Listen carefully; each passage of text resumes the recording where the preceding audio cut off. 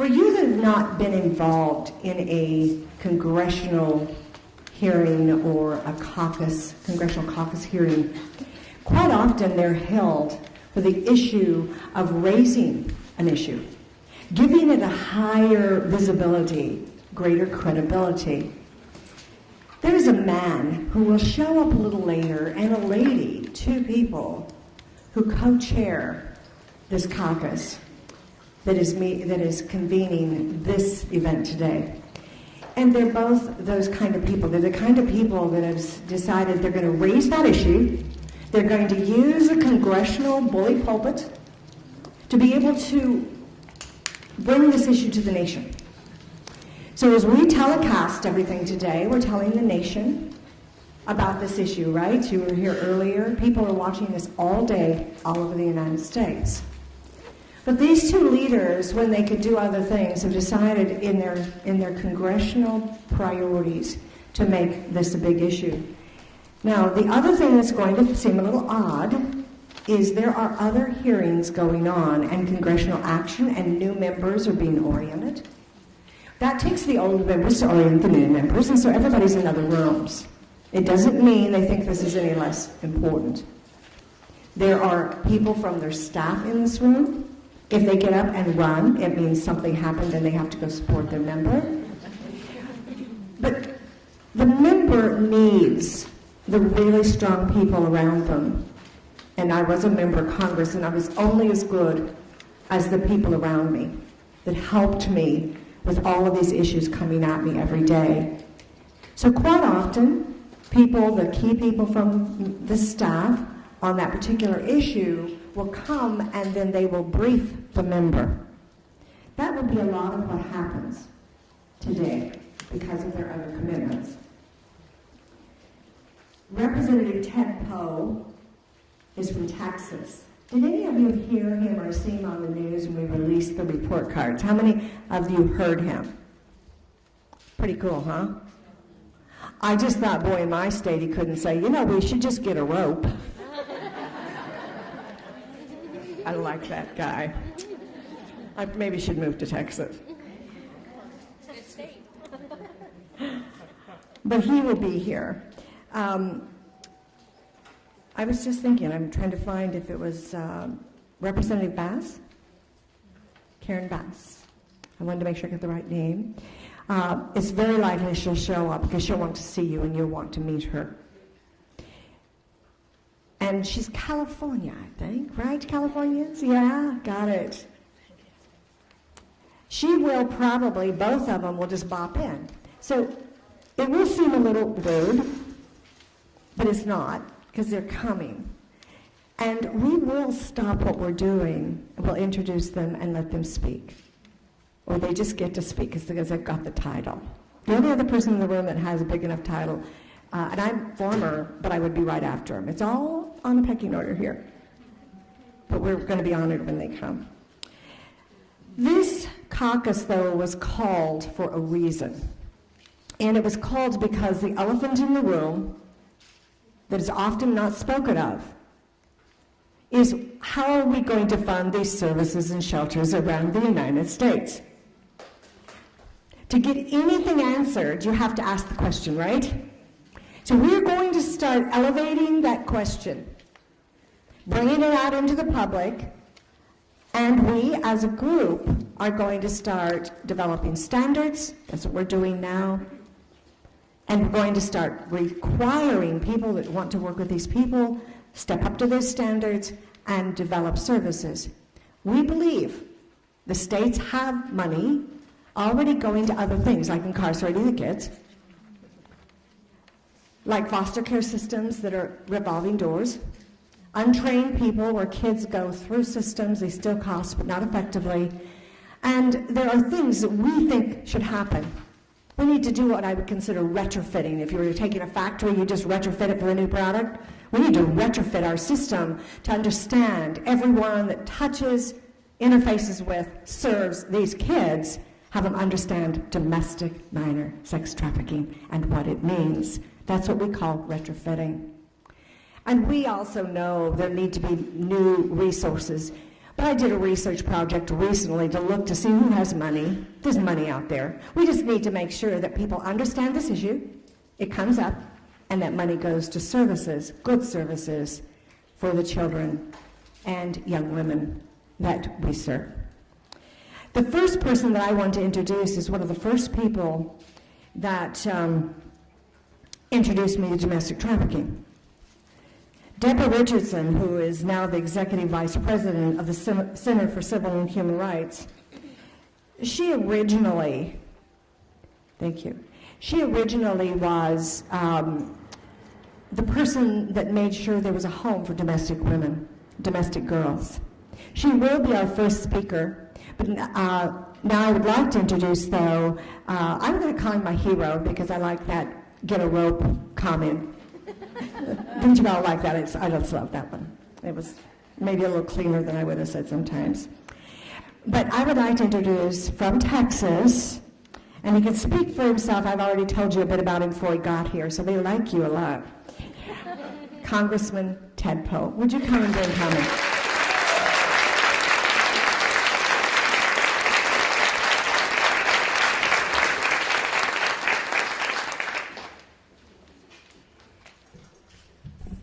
Well, thank you, Linda, and thank all y'all for being here. And those of you who aren't from Texas, y'all is singular, all y'all is plural. Now you know. But thank you for being here for this conference. I admire you for the work you do. And right now, today, in the trafficking problem and issue that's taking place nationwide, one of the things that has to be done immediately is when these young trafficked victims are rescued, that we have a place for them to go every time they're rescued.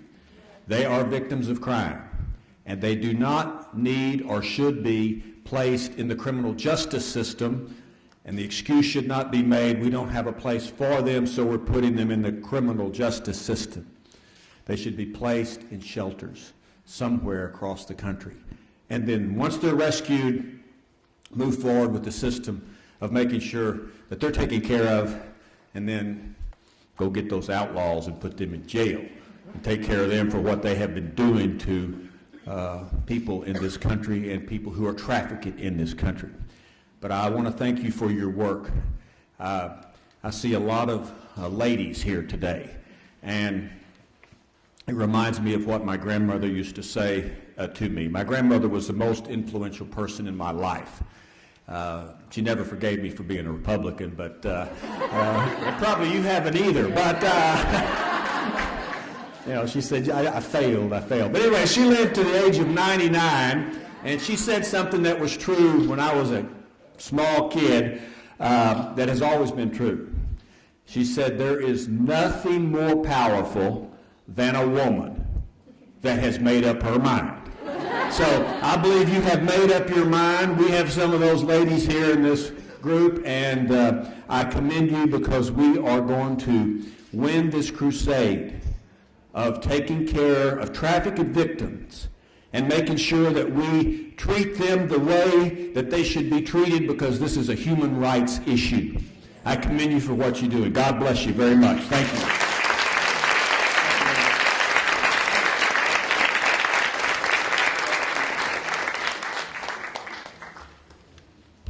Thank you, Congressman Poe. You're amazing. They're running usually 2 to 3 things. I remember running out of rooms and still having the mic from the last interview, looking down and going, oh, I just stole equipment, not having an idea at all of who to return it to. Now let's return to a woman that I came to really admire. I was looking in the United States right after the Trafficking Victims Protection Act passed, and Johns Hopkins University and Shared Hope and the Civil Rights Division were doing some work in getting areas ready for the regulatory and exploring the nation for the bill to actually go into effect.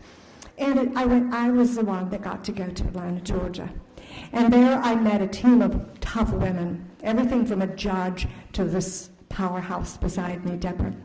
And they were doing Before any of us were identifying it, they had identified under the UN protocol, under the Federal Act, these children that are used in the commercial sex, and they'd look at me and say, they're the traffic victims. And I think that's what started my eyes to open and directed some of our research and Shared Hope's activities. So today I want to start this panel on this question with someone that I've come to admire greatly over the years, Deborah Richardson.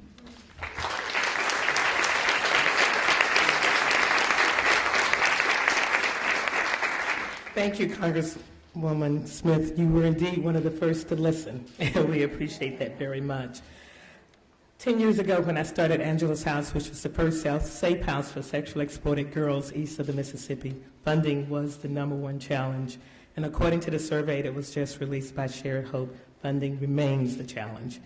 So this panel will share with you innovative ideas based on their successes on how they have approached the funding for sustainable sources for victims so that you can go and perhaps implement them in your own communities.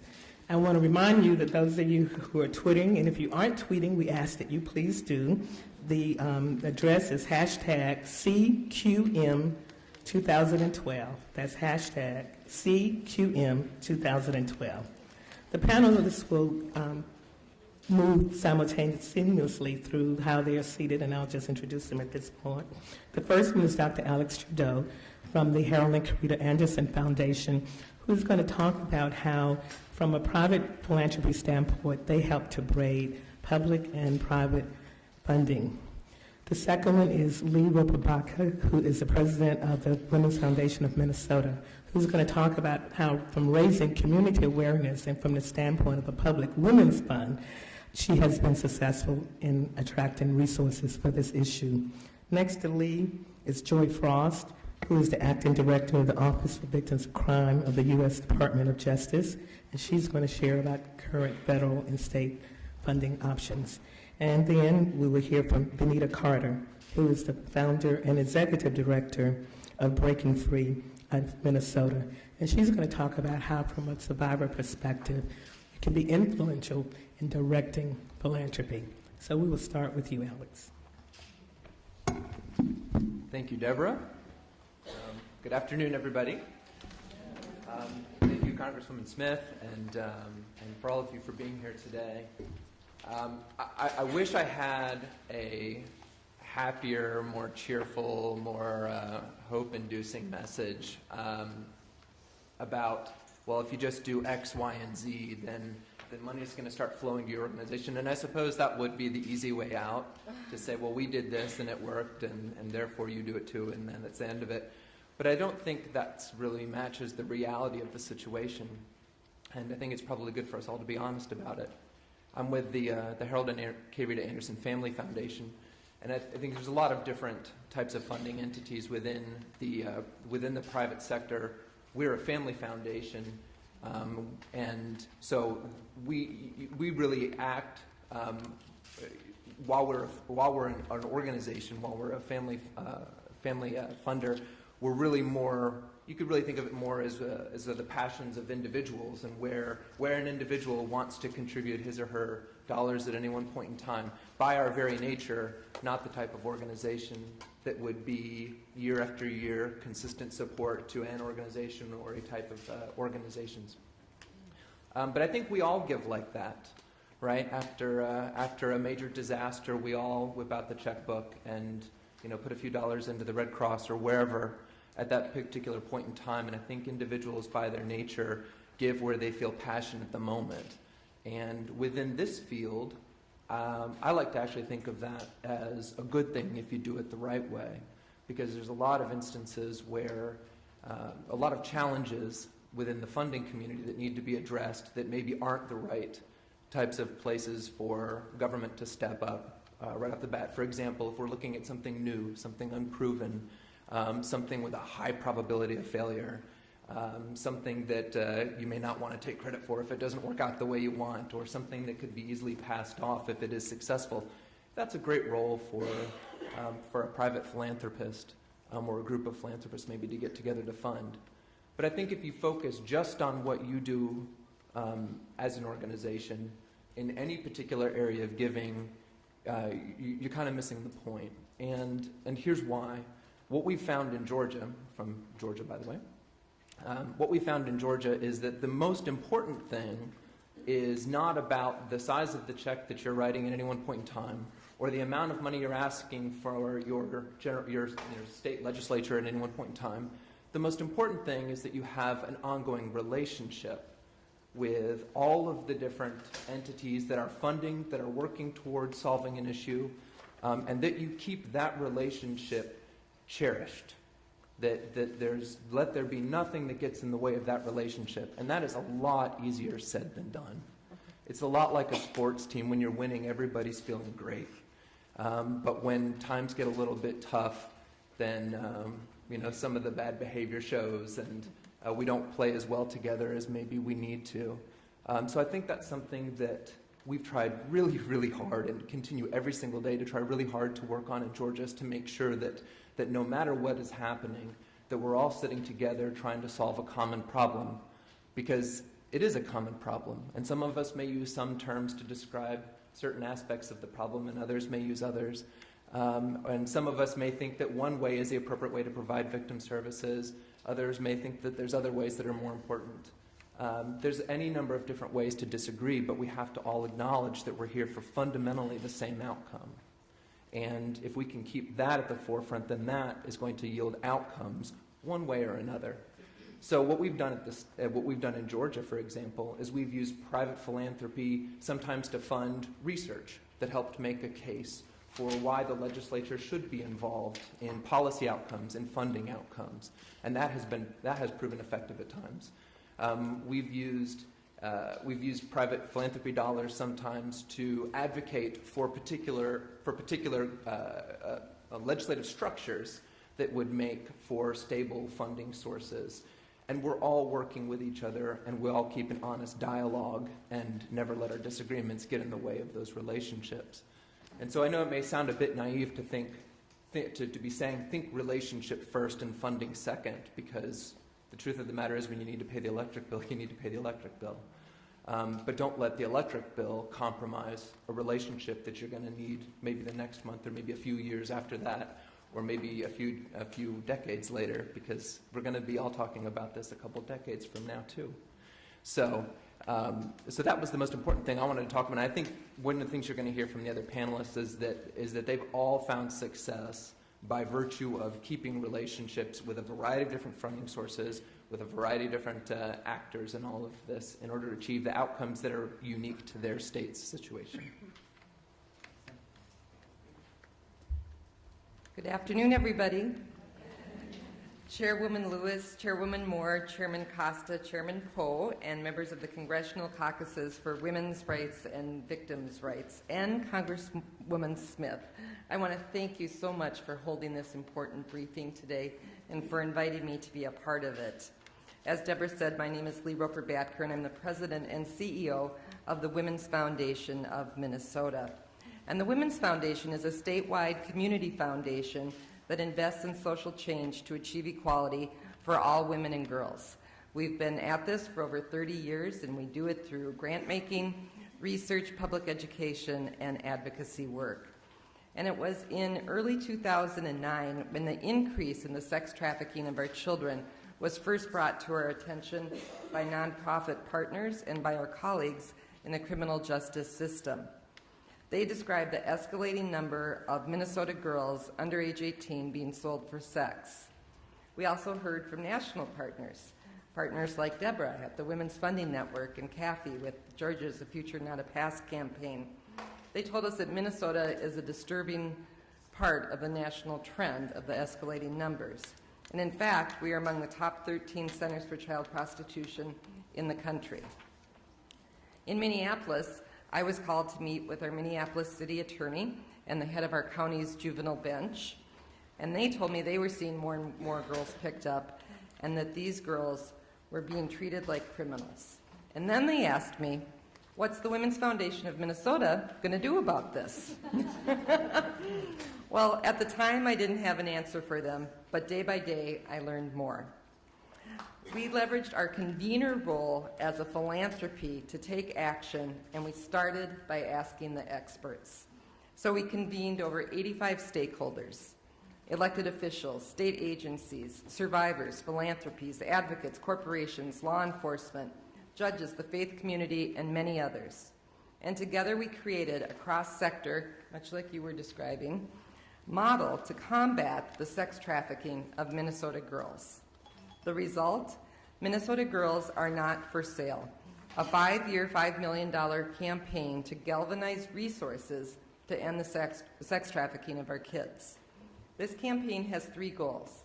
First, we wanted to redefine prostituted girls as victims of a crime and ensure they have access to housing and therapeutic services. Second, we want to decrease demand and increase resources to law enforcement. And third, we want to raise public awareness and engage the public until there's zero tolerance of the buying and selling of children for sex, period. So in the last 18 months, we've invested over $2 million to achieve these goals. And you know, in so many ways, this movement, and I'm talking about the movement to create and fund a systemic response to child sex trafficking, is exactly where we were about 40 years ago with domestic violence.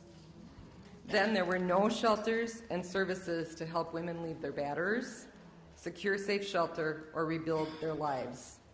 But Minnesota came through and we provided a solution. And similarly today, there is not a comprehensive safety net in place for child sex trafficking victims.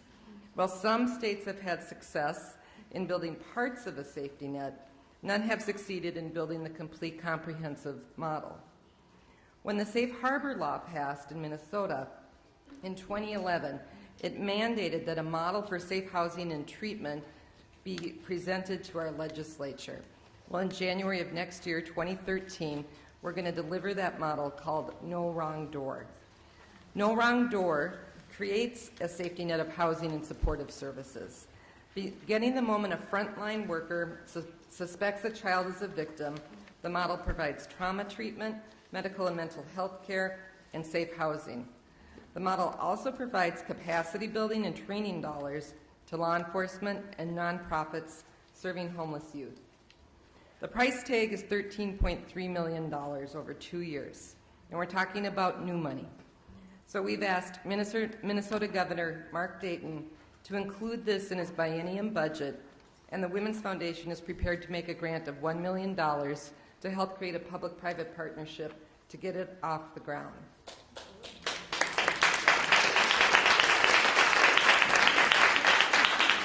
So essentially, we're going to go from a state with no safety net and extremely limited services to a sustainably funded systemic model placed with the state where it needs to be held.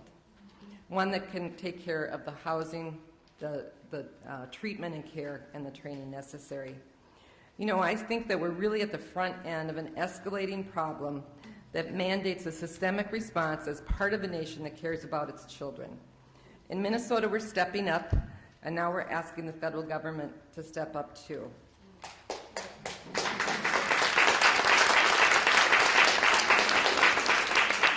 And while we truly thank President Obama for dedicating funds to this issue, it's a drop in the bucket. The enormity of this issue requires an equally enormous response of committed resources and action. Child sex trafficking is one of humanity's gravest forms of violence. No child chooses to be prostituted, right?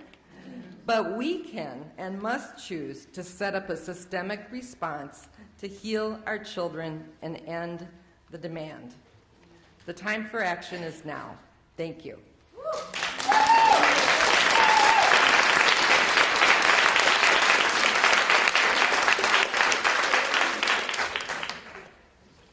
Boy, that's a hard act to follow.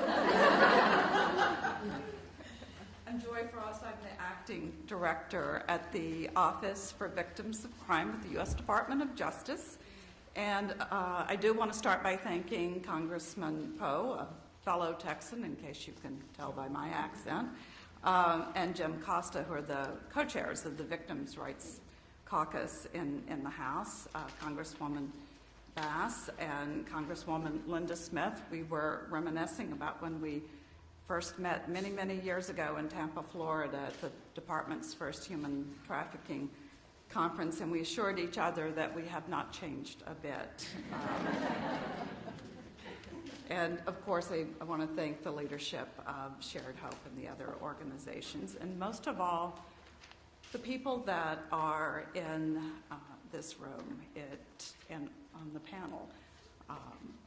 There are a lot of pioneering advocates in this room, and a lot of young advocates who are going to keep the work continuing. So it is truly a privilege to be here. OVC is a little bit unusual, as we're a federal agency that's actually worked on human trafficking beginning back in the 90s. And when Ambassador Luis de Baca chaired his first senior policy operating group meeting at the State Department, he brought out a list of action items that came from a 1997 forum on human trafficking that incidentally or coincidentally had been sponsored by the Office for Victims of Crime. And it was gratifying to see how much progress had been made, including the passage of the Trafficking Victims Protection Act and subsequent reauthorizations. But I don't need to tell the attendees in this room that there is so much more to do. Now, we awarded our first grants with funding under the TVPA in January 2003. And at that time, we were statutorily limited to serving foreign national victims of human trafficking. And as society's understanding of human trafficking has matured and evolved, so has OVC's strategy to serve human trafficking victims. Almost all of our grant-funded service providers support a comprehensive array of services: shelter, housing, food, medical, dental care, mental health treatment. The list goes on. When we say we use a comprehensive model, that's an absolute requirement. And one particular need that we saw led us to fund in 2009 3 demonstration projects that focus specifically on domestic minor trafficking victims. And I wish I had more time to talk about them, but essentially we funded 3 organizations: SAGE in San Francisco, Stop It in Chicago out of the Salvation Army, and Street Work New York City, which is out of Safe Horizon. And each of the sites took a very, very different approach in engaging youth, domestic sex trafficked youth, and working with them. And we thought it was critically important that we evaluate all 3 models, and we did transfer funding to the National Institute of Justice. We were able to hear the researchers give us some preliminary findings a few weeks ago. I think a few people in this room may have been at that briefing. And we expect a report sometime next year, and we think there's some very interesting findings, and I think it will be of great help to the field. But one of the things I was asked to talk about is OVC's priorities, and we're actually an agency that administers something called the Crime Victims Fund, which the Crime Victims Fund is not made of taxpayer dollars. It's fines, penalties, and assessments from convicted federal offenders. The amount of funding in the fund is not inconsequential. We don't have unfettered access to it, but it certainly goes a long way towards providing services to crime victims in this country, and increasingly victims of human trafficking. And that money is far more than, it varies between the $6 and $8 million in authorized funding under the TVPA that we have specifically for human trafficking. And I really want to echo the comments that I've heard so far, this idea of we do have existing resources, but we need to work with each other. We need to link systems. We need the training, the education, and the capacity building to move forward. And that really is one of our major initiatives, I think, is to make those linkages. We have a strategic planning initiative called Vision 21, which speaks to additional resources for all of the crime victims' field, and that report will be released the end of December, sometime in January. It'll be on the OVC website, and I really urge you to go to our website because it really talks about capacity building. That's really what we're talking about. And with all of our grants, it was never about, well, we're just going to fund you only for services. We took the perspective from the very beginning that organizations that were going to take on the work of human trafficking had to have the ability to do public outreach, to do training, public, the public awareness, to make those linkages among systems. And it's quite astonishing now with many of our grantees how many of the services they get either free or at reduced rates from other entities within the community. I actually brought a flyer because there's so much more that I could address. It's over there on the table, and I urge each of you to pick that up because we, through our Training and Technical Assistance Center, we have free training in TA. We have professional development scholarships for providers. We have scholarships for victims and survivors. And I urge you to take advantage of those resources. In closing, what I really want to emphasize is that, like everyone said before, we have to unite and leverage our efforts. Of course, we're going to have different perspectives, different ways of looking at things, but the only way that we are going to transform this country's response to these children and these youth and to eradicate sex trafficking in our country is working together. And OVC remains committed to being an important stakeholder in that fight.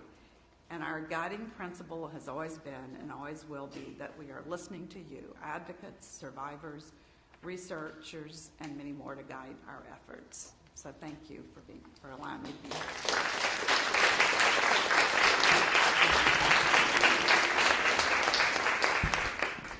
Okay, hello, here I go.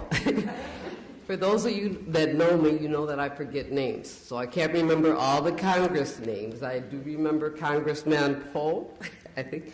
And so I do thank him and all the other Congress members. I thank Shared Hope for inviting me here and allowing me to present today.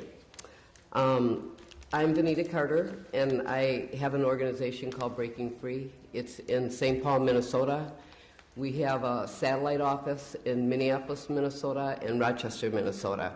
And we work with women and girls who have been sexually exploited, and we've been around since 1996.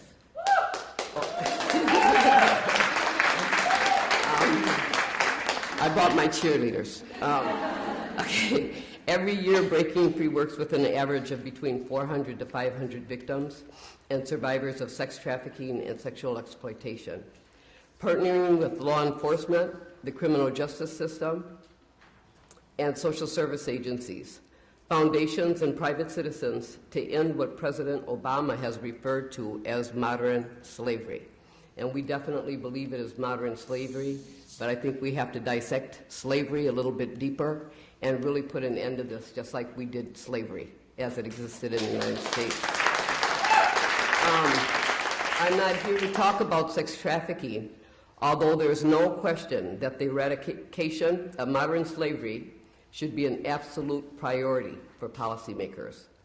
I'm here today on behalf of non-government organizations like Breaking Free to advocate for our input on funding decisions that will impact the women and girls we serve.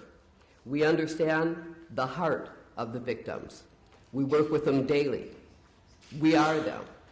We know what's happening in their life and we know what they need. There are many worthy causes and federal funding is limited. It is not inaccurate to say that one role of the federal government is to prioritize issues, to make decisions on behalf of the nation, and to act broadly in creating better policies and effecting systems change. Non-government organizations understand that funding is limited, and we do the best we can with the resources we have to implement policies and work within existing systems. We're on the ground, in the trenches, dealing with the day-to-day hurts, needs, and victories of sex-trafficked individuals. I want to give you an example. Take, for example, Jane, who's a single mother who escaped her pimp and who wanted safe housing for her and her child. Jane was unable actually to find housing because she lived with her pimp, and that disqualified her. She was not considered homeless for a long enough period in order to obtain housing. These are some of the barriers that keep women from getting what they need. We've had women who've had to live with their tricks, with the men that buy them daily. And because they were couch hopping and they were the only people that they could couch hop and sleep on, their couches, they were disqualified for receiving housing because of that. Well, she's got a place to stay, and that's what she needs. We've got to look deeper into some of the decisions that are made when these grants are put together. The reality is, when government funding is limited, the ability of victims to access resources is restricted. But when public funding is combined with private funding, the result is not just simple addition. The ability of NGOs to provide direct services to victims increases greatly.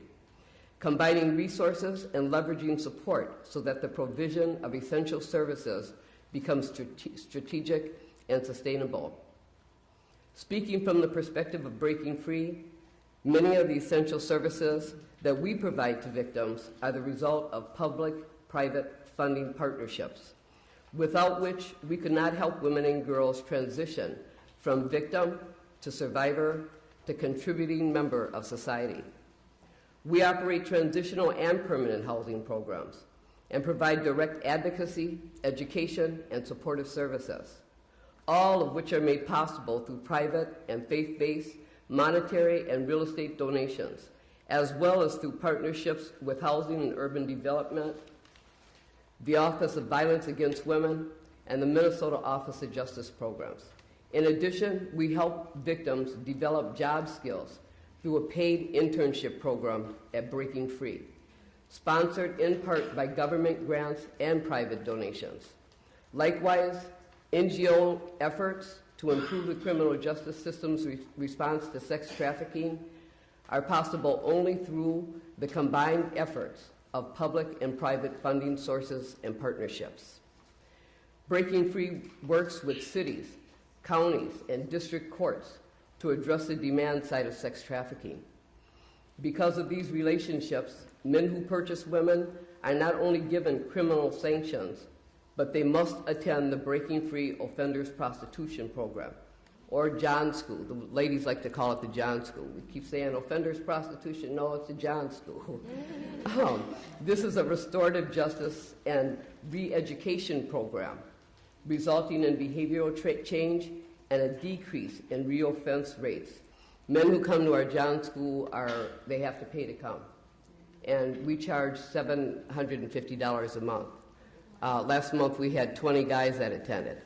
So that is money that is added on to our budget to help us to provide the services that we provide for the women. Combining our federal resources with a private grant through the Women's Foundation of Minnesota, Girls Are Not for Sale campaign, Breaking Free has worked to expand this program, as well as provide increased training on victim identification and decriminalization to state, local, and federal law enforcement, as well as to prosecutors, judges, and other professionals in the criminal justice system. For the past 16 years, Breaking Free has partnered with stakeholders throughout the state, stretching available funding to the absolute max in order to reach thousands of sexually exploited women and girls and their children, not only in Minnesota, but throughout the country. What Breaking Free has come to realize, however, is that while federal funding is essential to our mission to help women and girls escape exploitation, The federal government cannot and should not shoulder this burden alone. The sexual exploitation of women and girls is an issue that affects the nation. NGOs like Breaking Free must partner at every level, spreading awareness and cultivating support with public and private partners to effect sustainable, systematic change. Through creative funding solutions like the Girls Are Not for Sale campaign, the scope of this change will be magnified and felt by women and girls across the country. It's going to take all of us in this room, to do our part, to give our part, to do more than just talk about it, but to give our $5, our $10, our $20 whenever we can, so that agencies such as Breaking Free, those agencies that are right here in D.C., Courtney's House, other agencies, can get the money that they need to continue to do the work that they need to do to help free little girls that are involved in this life. Thank you.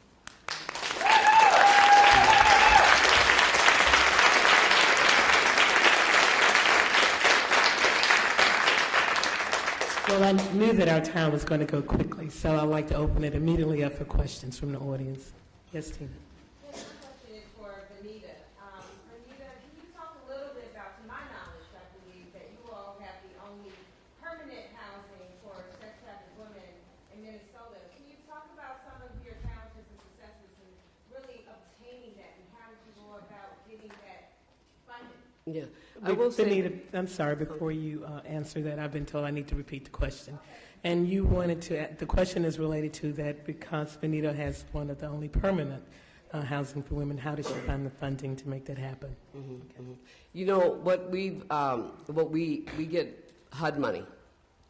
And I don't know that a lot of people realize that there is HUD funding available. I think that people need to look at how to get it in their state, wherever they're at, and find out what the criteria is, what you have to do to get that. I mean, it did take us a while now to get it. We didn't start with HUD funding. We got our housing program in '98, and what we had was a foundation. It was the Otto Bremer Foundation. They funded us for the first 2 years. They paid all of the, we master leased a 12-unit apartment building, and they paid for that for 2 years for us. And that's how it started, and then HUD got involved. We were able to get HUD involved and began to get money through the federal government. But we have a lot of ups and downs with permanent housing, but now that we've had it for a while, it's starting to finally smooth out. And one of the, I think the thing is that housing is the first need for girls and for women. If they don't have a place to lay their head, I always say this all the time, they can never get out of the life. It becomes a vicious cycle. So yes, when you begin to do housing of any sort, you are going to go through some ups and downs, because the majority of sex trafficked victims, sexually exploited victims, have never had their own place, have never had a safe place to stay. And so you're going to see a whole lot of things, but you just have to stay in there. You have to work with them. You have to have the staff that cares, that understands and knows. And what we're seeing now is that the majority of women that live in our permanent housing building are in college or in school. They have jobs. You know, they've gotten their children back from child protection. And they're really on I'll say, a road to a very healthy life, something that they're just beginning to really feel and adapt to themselves. So there's the pros and the cons, but ultimately it's a positive that makes all the difference. Thank you very much. Next question. Another question? Yeah, I see your hand back there. Yes, please stand up. Okay, sure. Thank you. Question for, I'm sorry, I missed your name from the OBC, sorry. Joy Frost. A lot of the task forces did not get funded this year. And that, of course, was, for most of us, that was a big part of it was OBC funding. Can you tell us what's going on there? Is that a function of the PDPA not being reauthorized, or is there a shift in just tell us what's going on? May I repeat the question? The question is the fact that a number of task forces were not funded this year, and so why is that? You know, it really depends on the amount of funding that we get annually, which varies between $10 million and $12.5. But I'm going to be perfectly frank here. What we heard from advocates themselves was that while the task force model is a great model, if we limited access to funding to only those communities or those NGOs that could come in with a law enforcement partner, that we were eliminating a lot of NGOs. So we set aside some of the funding specifically just for NGOs. It's a lot more work on our part. We have instead of doing one grant solicitation every year, we do 2.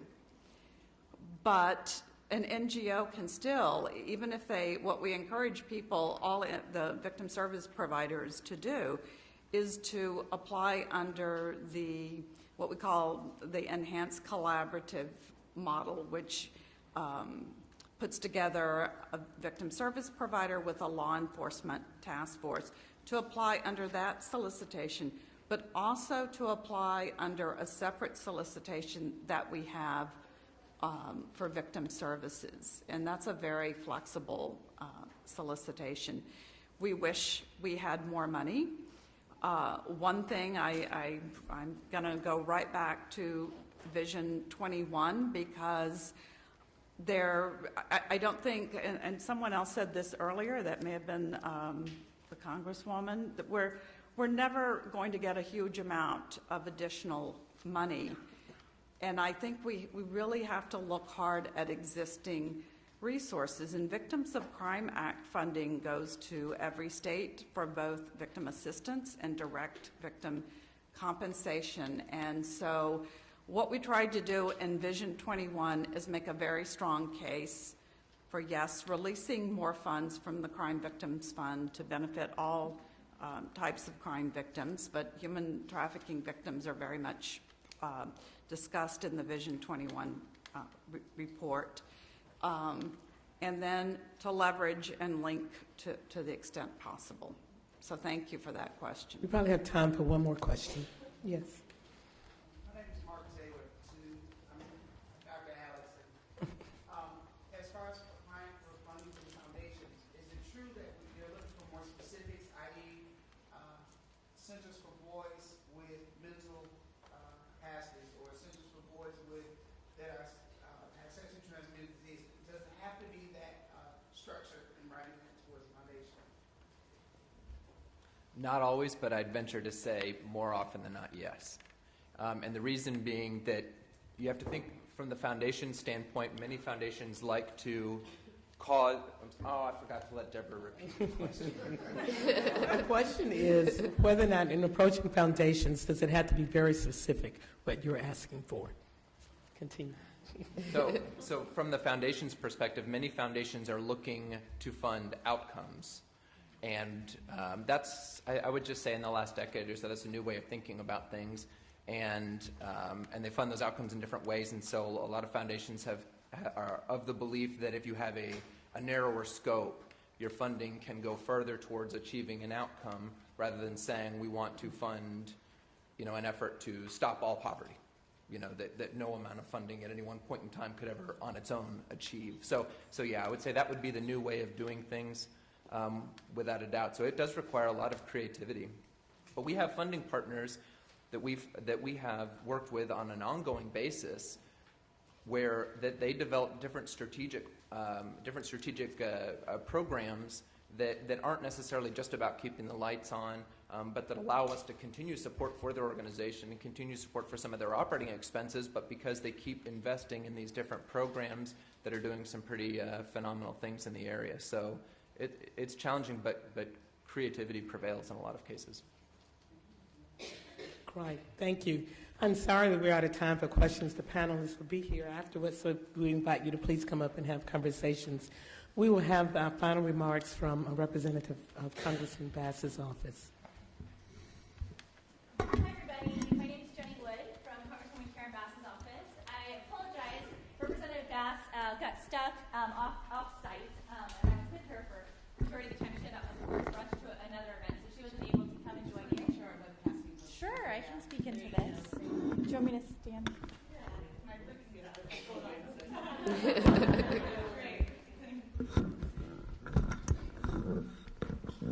So first and foremost, I wanted to just come by on behalf of Congresswoman Bass and just say thank you to everyone in this room for all the work that you do on a continuous basis to really look at creative and really necessary and vital ways to serve the youth who are trafficked, obviously to no fault of their own, here domestically in the United States. This is a major priority for Congresswoman Karen Bass. She is committed not only on looking at policy on a national level that can help impact and deter this sort of behavior and activity, but also looking at a variety of things she can do locally as a member of the community. So I'll start with some of the highlights of the work that she's doing locally, and then I'll share a bit about her bill, HR 2730, which is strengthening the Child Welfare Response to Trafficking Act. In terms of locally, Congresswoman Bass has decided that this is not an issue that she can sit idly by and allow to occur in South Los Angeles, where she is from. She's heard from folks like T and others who have come to her and told their courageous stories, but she also drives down her neighborhood in South Los Angeles and looks at the faces of young girls who are clearly young and girls, and she understands that a lot of these young girls are from foster care facilities and group homes, which happen to be right next to motels, and she says she cannot allow this to happen in her own community.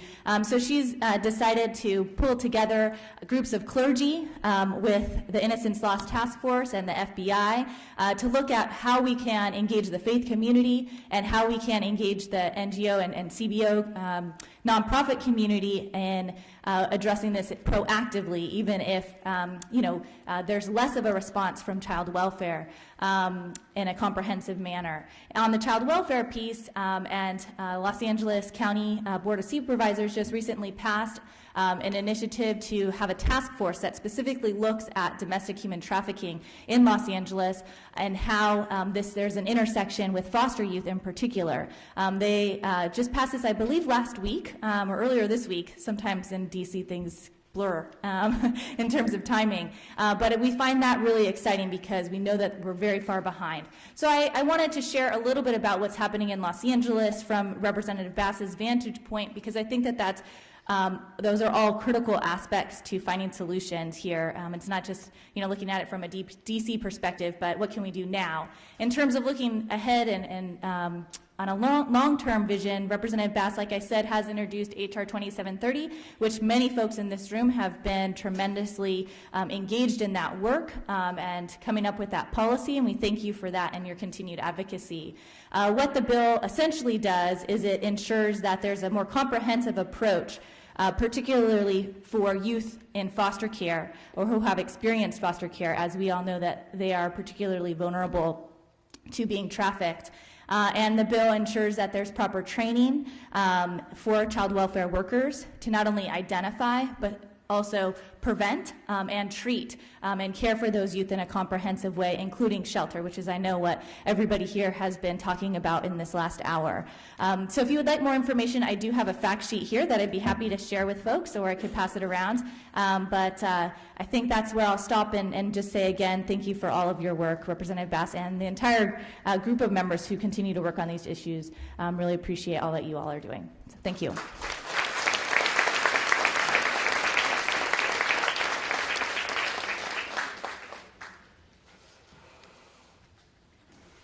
And with that, I think we're done. Thank you. You moderated lovely, and actually very professionally, but you are lovely. And thank you for all of you for your unique approaches, but also your dedication to this issue. We will change. Okay?